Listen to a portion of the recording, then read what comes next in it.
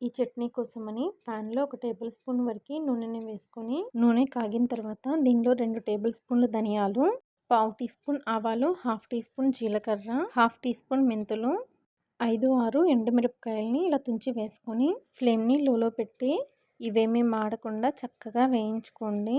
ఇవన్నీ వేగిన తర్వాత మీడియం సైజులో ఉన్న 3 ఉల్లిపాయల్ని ఇలా పొడవు ముక్కలుగా కట్ చేసి వేసుకొని, అలాగే 1 ఇంచు అల్లాన్ని ఇలా చిన్న చిన్న ముక్కలుగా కట్ చేసి వేసుకొని ఉల్లిపాయ సాఫ్ట్గా అయ్యేంత వరకు వేయించుకోండి. ఉల్లిపాయ సాఫ్ట్గా అయిన తర్వాత దీనిలో 3 మీడియం సైజు టమాటాలని ఇలా చిన్న ముక్కలుగా కట్ చేసి వేసుకోండి. అలాగే రుచికి తగినంత ఉప్పును కూడా వేసుకొని టమాటాని బాగా మగ్గనివ్వాలి.